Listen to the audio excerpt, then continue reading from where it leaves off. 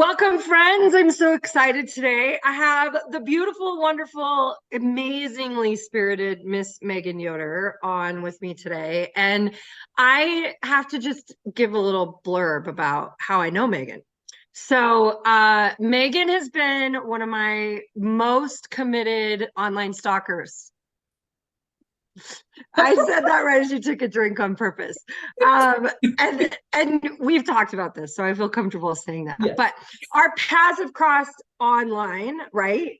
And we've had this sort of online back and forth, and then we got to meet in person, which I think we were both excited about. And I'm excited that now you've become this like, oh, online human, and now I actually know you. Like I get to be in your presence and I get to sink into that. And so I just want to tell you like what an honor it is for me when the people who are in my audiences, whether virtually or in person, become people that are my colleagues that I really get to build relationship and connect with. And you're one of them. And so I'm so excited you're here with me. So thank you for Oh, that. thanks, Stacy. That's so sweet. Well, it's so true. Are you getting teary already? Okay, great. Oh, no, you have me laughing. Also good.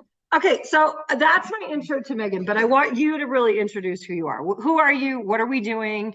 What do you do? Tell me a little bit about your organization, all that good stuff. Yeah, so I work for ESSDACK, which is a big long acronym. Oh my gosh, let me see if I got it. Educational Service Center across Central Kansas for staff develop. Oh my gosh, I totally botched that. Anyway, so it's an amazing organization. And so my one of my roles is as an educational consultant on the resilience team. So there's a whole crew of us that are experts in various things. And so we get to go out and do consulting in those areas.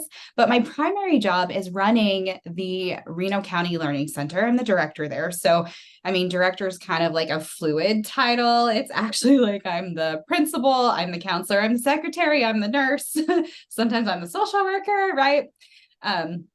So I wear many, many hats on a daily basis. But what that means is we run an alternate high school. So we have high school age students all the way through adulthood. So we get to help people get their high school diplomas that had barriers that prevented them from completing their high school diploma.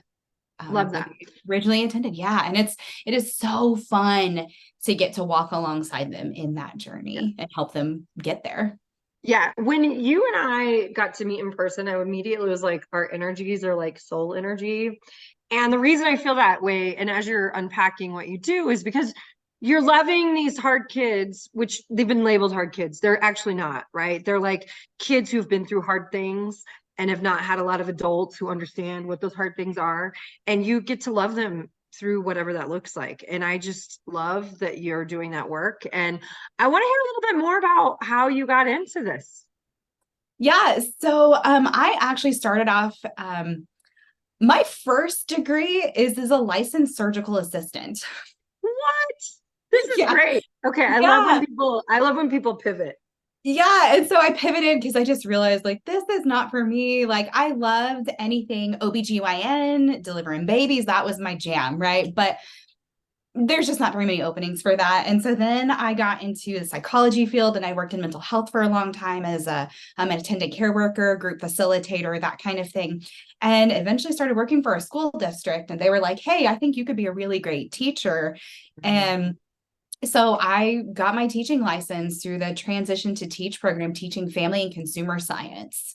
And I loved that. And I'd been in a really dark place in my life at one point. And so I saw the same needs in my classroom. And so I'd asked if I could bring a different enrichment class into our building. And so I was teaching mindfulness and yoga to my students because I knew how beneficial it was to me. And I thought, man, if we could get this in their hands, get these strategies to them as young kids at 12 years old, how much different could their life path be for them instead of learning it when I was 25? So I got permission to start teaching that. And I was quickly getting results inside of my classrooms, like people in my building who really struggled with kids, I did not have the same problems with. They just responded well to the strategies I was teaching them.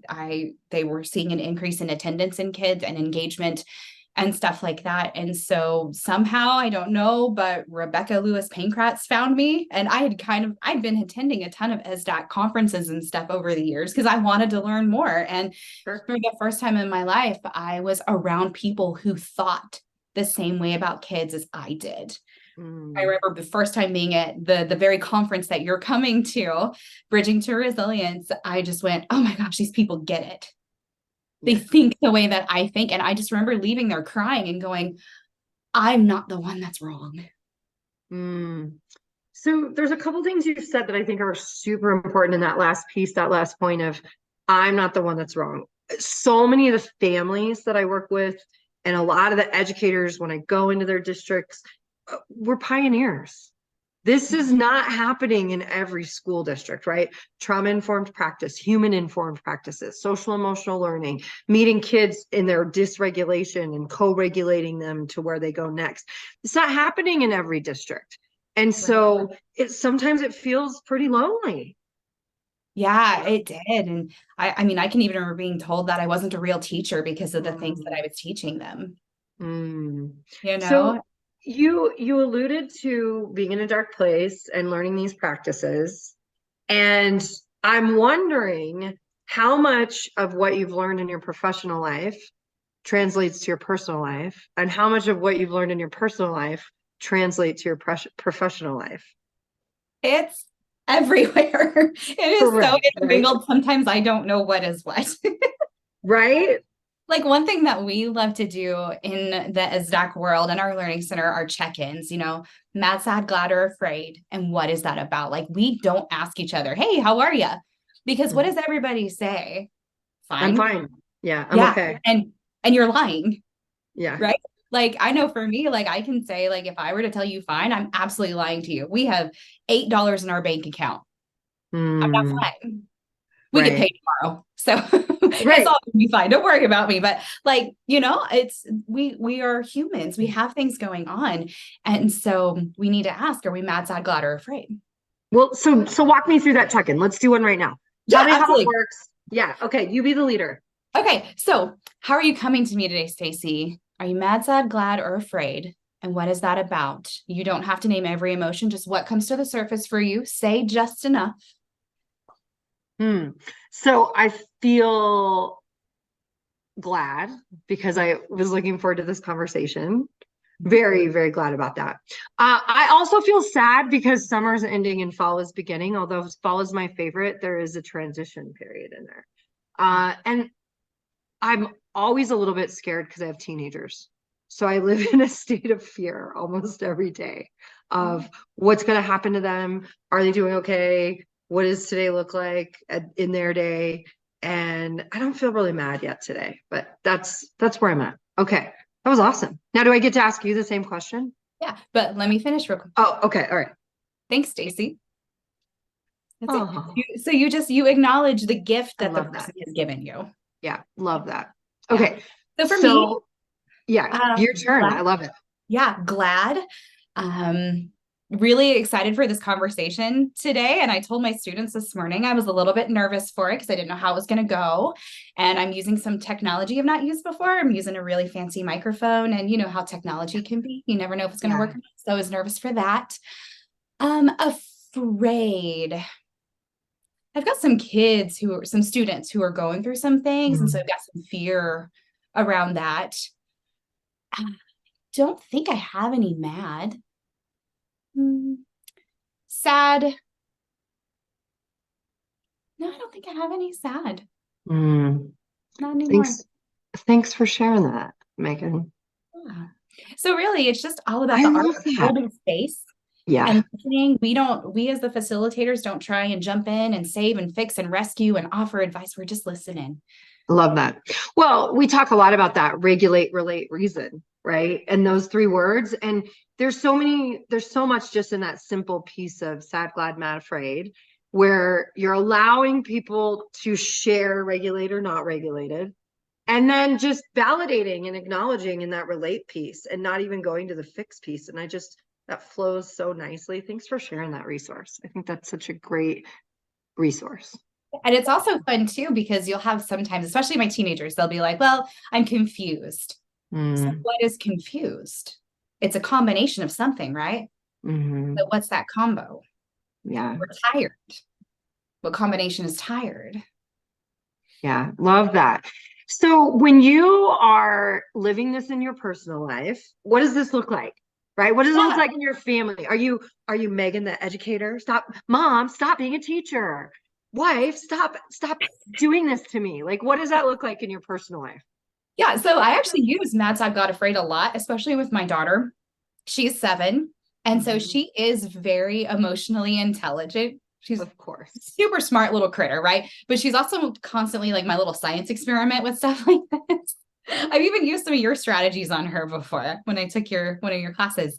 And so I'm able, if she's like, no, okay, Bella, mad, sad, or afraid? Mad. Okay, what's that mad about? And it just gets her talking instead of saying, what's wrong? Why are you growling at me? Because that word why puts them in their defense mechanism. Yeah. And Love that. and like I learned from you, why is a cortex question. Right? Why never brings out warm, fuzzy, I love you. I want to tell you why is so prickly, right? Yeah. But what a way to also, the other thing you're doing is you're giving them options for how they feel so they don't have to like grasp into their cortex and think of a feeling word. I really love that piece. Mhm. My daughter introduced me at one of my last speaking gigs, and she's like, so I'm Stella, her lifetime guinea pig. All the things she's talking to you about, she's worked on with me. And I loved it for a lot of reasons. But it sounds like in your life also, this work is not just use at work. This is not, I think it feels more meaningful when we're living it ourselves. And Mhm. so, what is it like for you to live some of this work every day? What are the things you've put in place in your own life? Oh, well, it even just kind of helps me identify where I'm at sometimes. Like the other morning, it's the morning routine, like breakfast and get dressed and out the door, and my students are texting me, and just the busyness of the morning. And then my husband goes, "Hey, did you pack or sack lunch yet? Shucks. What are you doing right now?" You know what I mean? And so before I let myself respond in that way, I went, whoop, nope, what am I feeling? Is it really mad? No, it's not mad. It was afraid. It was afraid that Mm, I wasn't being a good mom. mm. Oof. That one hits, doesn't it? It does. Yeah. How much time do we spend masking our fear of being parents in madness or angry or those are sometimes we don't it's hard to acknowledge that I'm afraid if I'm being a good mom or not, Megan. Right. That feels really vulnerable. Yeah, and I look at that too as it's also because what is society accepting of? What Mm, emotions as a woman are women allowed to feel? Out of those mhm, 4, we're really only supposed to show glad because if we're mhm. sad, oh, are you hormonal? Are Yeah, you being irrational? Same with mad. yeah, If we're mad, oh, are you hormonal? You know? And so yeah, same with like men. Like men definitely in society aren't allowed to show sadness. right, So no yeah, wonder suicide rates are so high in men. right. You're giving people, when you just break it down in those 4 categories, you're really giving people permission to have a fuller range of emotion. I love that. Okay, I want to move into a different topic. Tell me so I'm coming to a conference. I've never been to this conference. I know, I'm so excited. So I want to hear, what in the world are people getting into? Bridging to resilience, right? Is that what it's called? Yes. I always call it B2R. So I want to make sure I'm Yeah. getting that. Okay, tell me what people can look forward to. Who is this Oh my for? gosh. So this is literally for everybody because we at ESSDACK and the resilience team, we strongly believe that if we want to make major change, we need everybody at the table.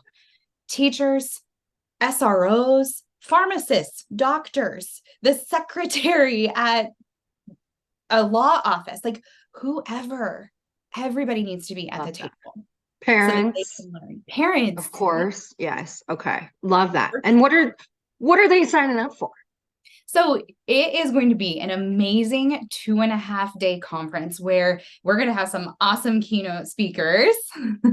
Really? Nation. Yeah.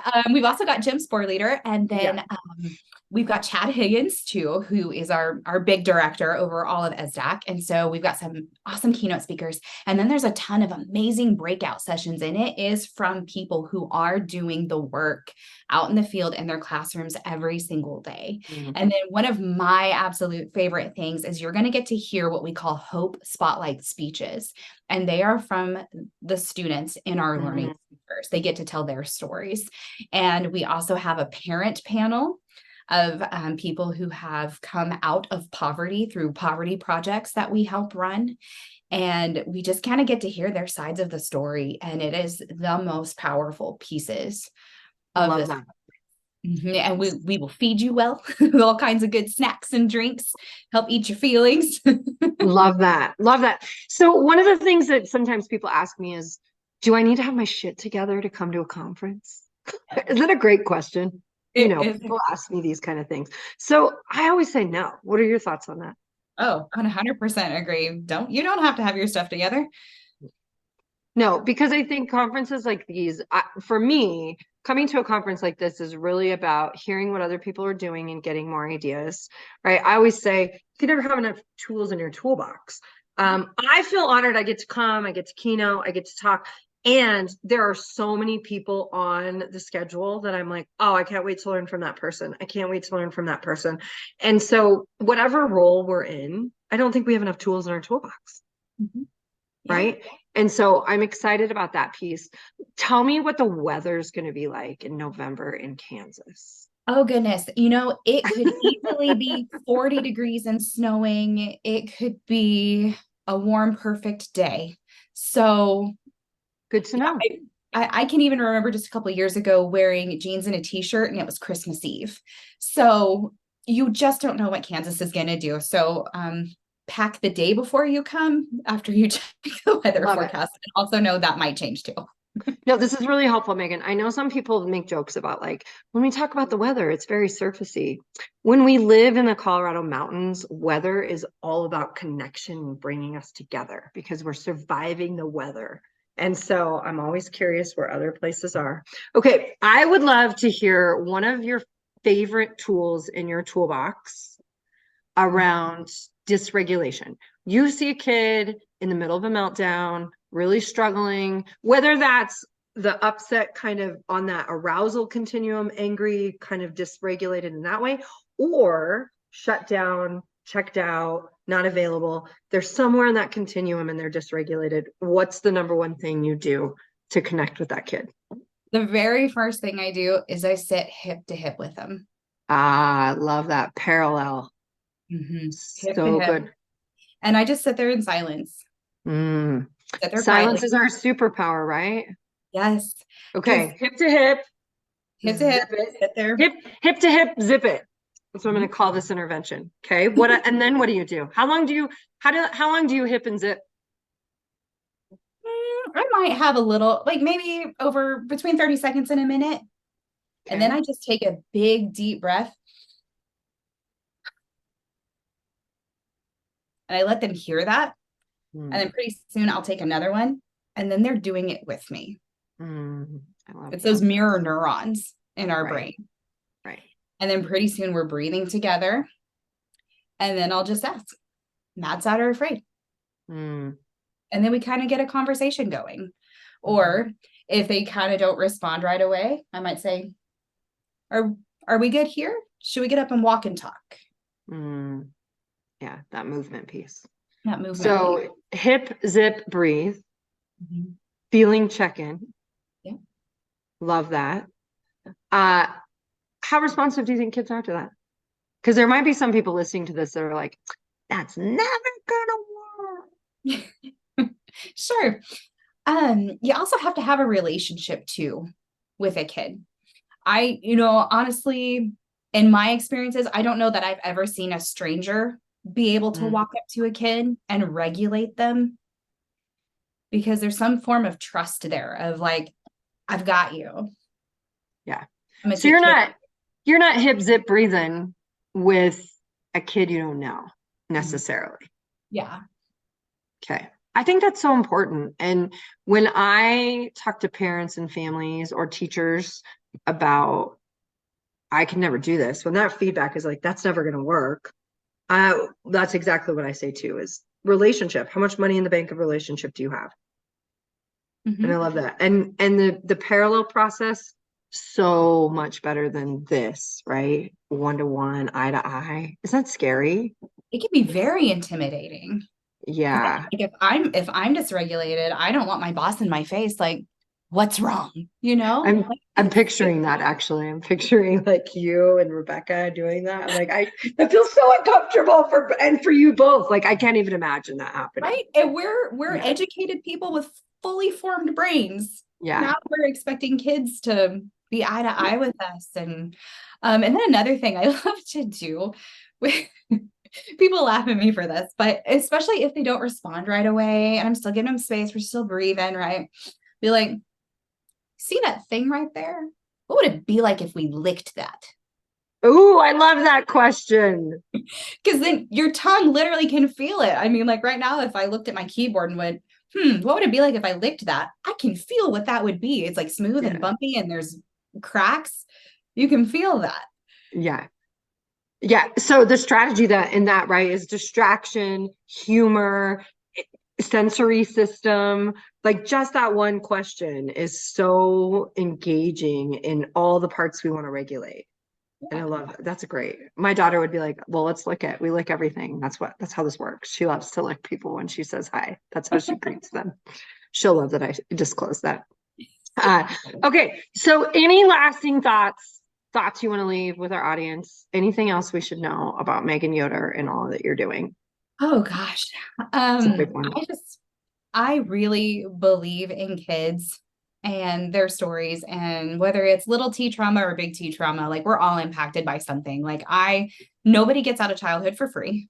No. And we all have things. And if anything, one of my biggest, I don't know if I don't want to, I don't think I want to say focus, or I don't know what word I want to put there, but I love to help break up the stereotypes of an alternate school kid or that kid. Mm-hmm. Because, if we knew their whole story, it would break our hearts. Mm-hmm. It sounds like that's a really important value for you also, that understanding the bigger picture and the bigger story and not just this little sliver or slice of behavior. That's such a big piece.